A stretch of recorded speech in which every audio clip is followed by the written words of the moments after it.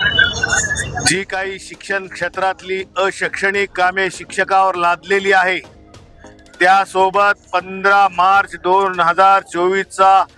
अन्यायकारक संच मान्यतेचा GR विविध मागण्यासाठी आज परभणी जिल्ह्यात आमच्या समन्वय समितीचे निमंत्रक सतीशजी कांबळे सर यांच्या नेतृत्वामध्ये सगळ्या विविध संघटनेच्या पदाधिकाऱ्यांच्या वतीने या ठिकाणी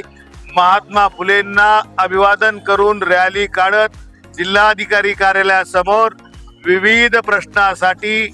धरणे आंदोलन करण्यात आले। या धरणे आंदोलनाच्या माध्यमातून ज्या आमच्या मागण्या आहेत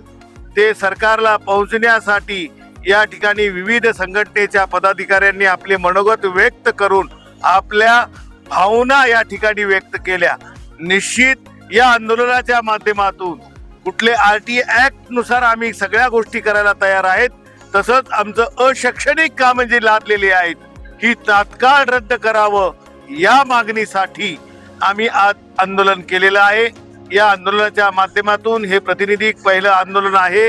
यानंतर आम्ही आक्रमकपणानं रस्त्यावर उतरून संपूर्ण शाळा बंद ठेवून या ठिकाणी आंदोलन करणार असा इशारा या आंदोलनाच्या माध्यमातून आम्ही सरकारला देत आहोत। आज या ठिकाणी संबंध महाराष्ट्रामध्ये मध्यवर्ती शिक्षक संघटना आणि मित्र संघटना, प्राथमिक, माध्यमिक, उच्च माध्यमिक शिक्षक शिक्षकेतर कर्मचाऱ्यांच्या संघटनेच्या वतीने शासनाचे जी जाचक धोरण आहे, ज्या जाचक अटी आहेत, BLOचं काम सक्तीनं केलं पाहिजे, TETची जी अट आहे ही रद्द झाली पाहिजे, त्याचबरोबर ज्या पदोन्नत्या होत आहेत त्या नैसर्गिक नियमानुसार झाल्या पाहिजेत, त्याचबरोबर ज्या ज्युनियर शिक्षक हे सिनियर शिक्षकांच्या म्हणजे 2019चे लोक हे ज्या पदोन्नतीमध्ये येत आहेत, या सगळ्या बाबींचा निषेध करण्यासाठी,